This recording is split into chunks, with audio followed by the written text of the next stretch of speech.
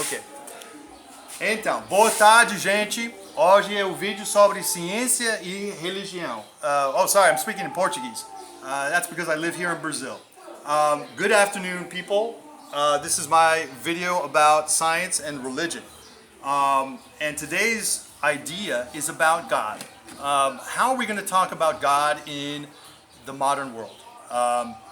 And so the idea is that God, I want to define God in terms of the universe. You know, there are so many references to God as the creator, God as the absolute being philosophically, God as the first cause philosophically. And so in my discussions on the internet and with people talking about, prove God, right? And you have so many people as anti-theist atheists, following Richard Dawkins and these other celebrities in talking about God as a delusion and this kind of thing. So I found it in the process, first of all, making the distinction that science is a particular kind of philosophy. Science is not the absolute truth. Science is a kind of philosophy. It is scientific philosophy. And so it establishes knowledge, right, epistemology, in a kind of way. It investigates various aspects of the mechanical operations of the universe, right? And it's done wonderful things and interesting things. And then, then you leave the lab and you shift your focus to the real world and back into the real world, which is the fuel for science in the first place.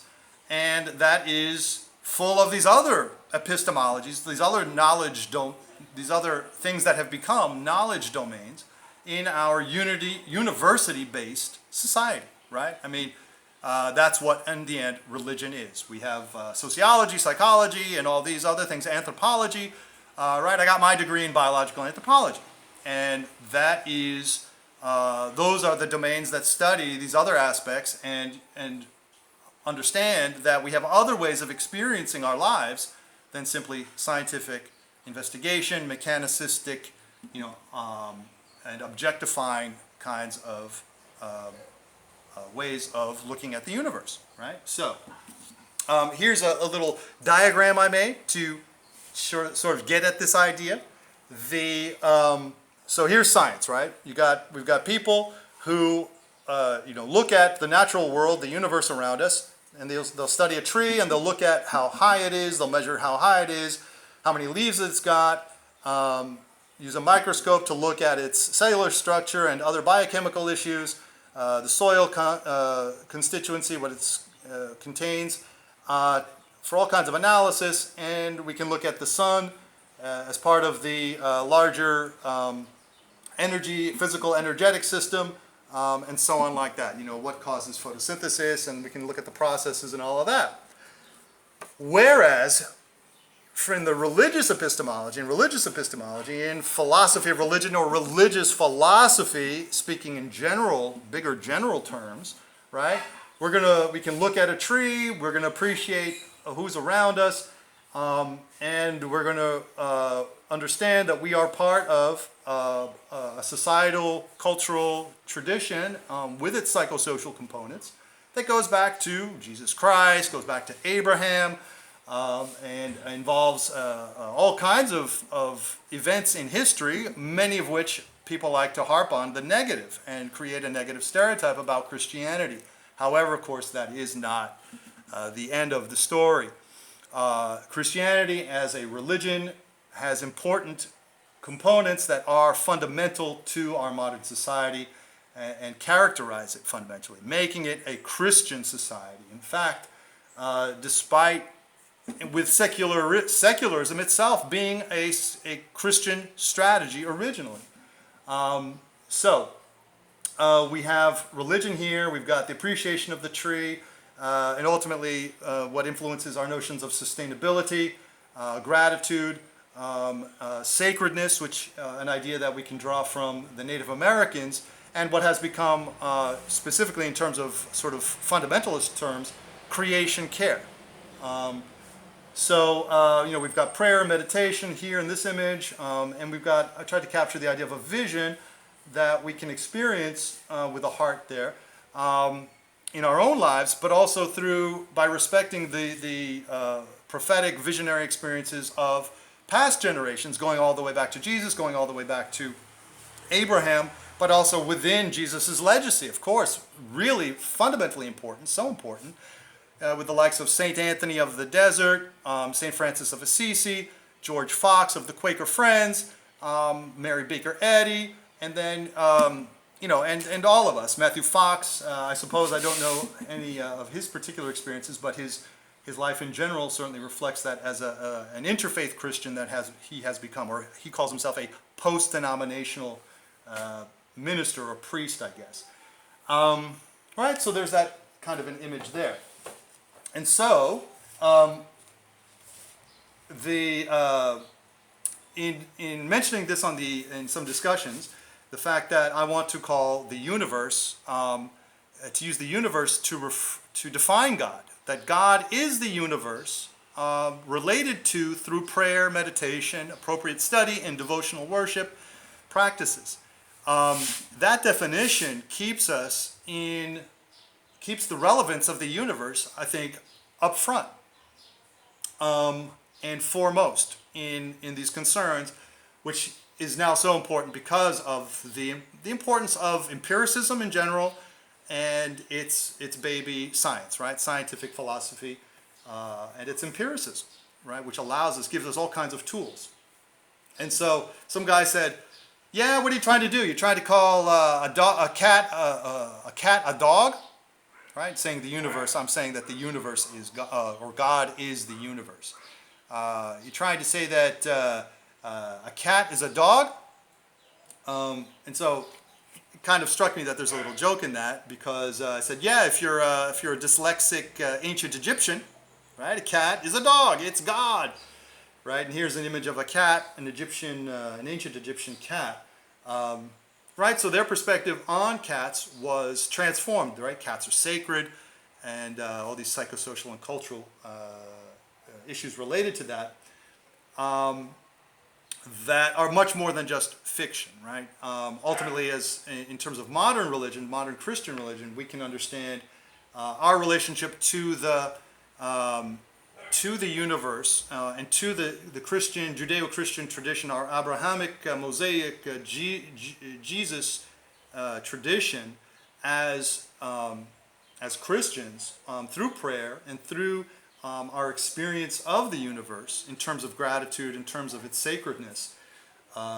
We understand it in a larger sense, of course, but there is a connection. It's not simply ancient Egyptian religion had these fictitious gods. It was the manner in which they related to the one facet of the universe, which is the creator source, understanding the universe as the creator source through prayer and meditation. Their particular tradition expressed it in this particular way, which crossed a few boundaries in some ways in terms of what we have in our modern bunch of epistemologies. So, I want to go now to Leo Tolstoy.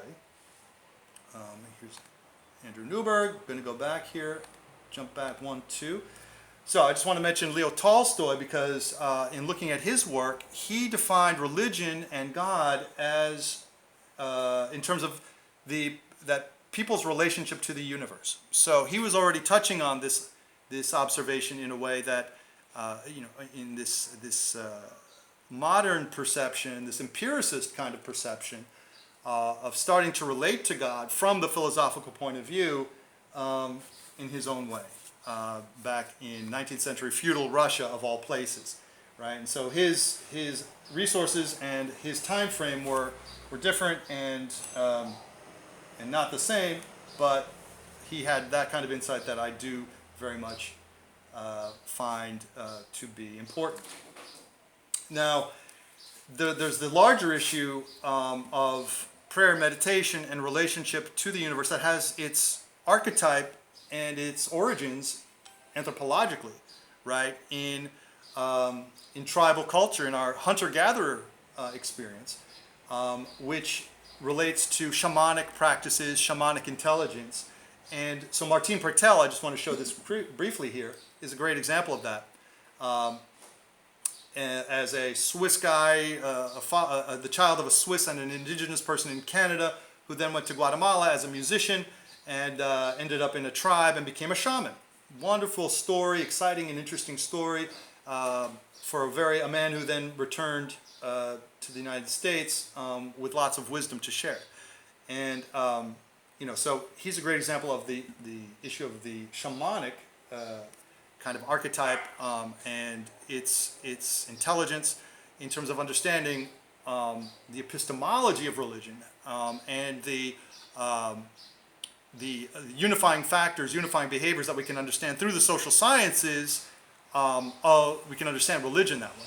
And through this definition now that I'm proposing, which I think falls into the philosophy of science, the philosophy of religion rather, or even a generalized religious philosophy, to compare it to scientific philosophy.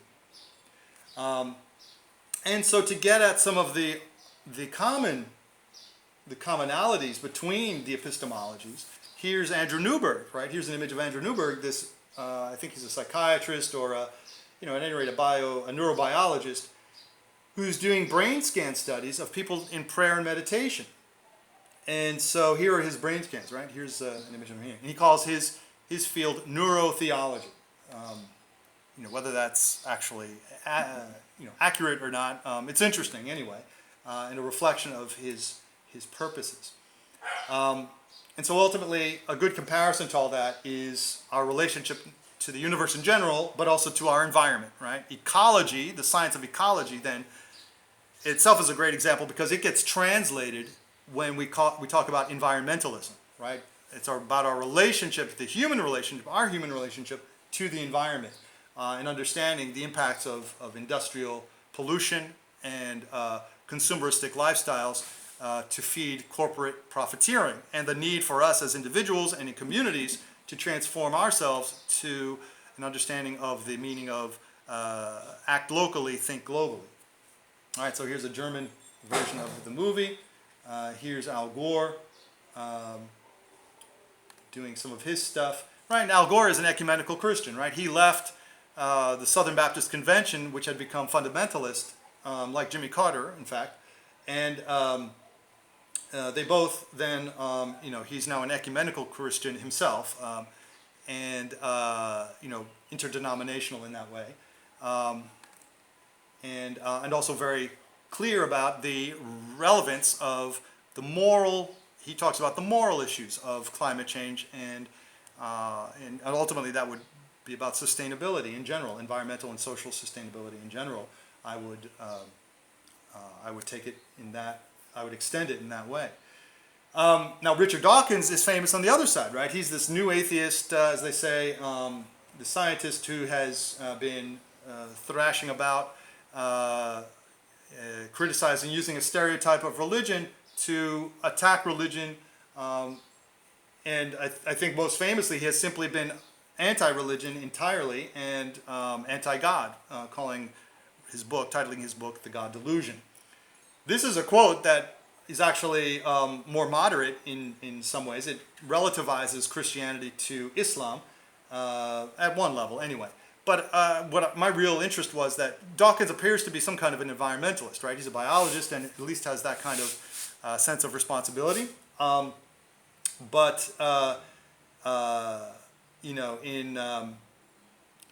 He is in fact then operating off of stereotypes, right? He operates off of stereotypes and doesn't acknowledge. He shows no awareness of the constructive and important aspects, the mental health aspects of religion, the developments, the supplementary information provided by therapeutic psychology that supports various components of religion, and so that what the position that I advocate is spiritual modernization, and that there is.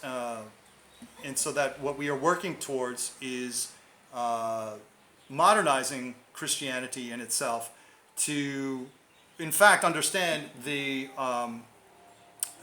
religious nature, the spiritual nature of modern society and how that honors Jesus' legacy in a spiritual context. So, moving on. Okay, here's something about Dawkins in his more negative sense. Another image of an inconvenient truth. Gore's continuing excellent work with his latest movie. And let's see.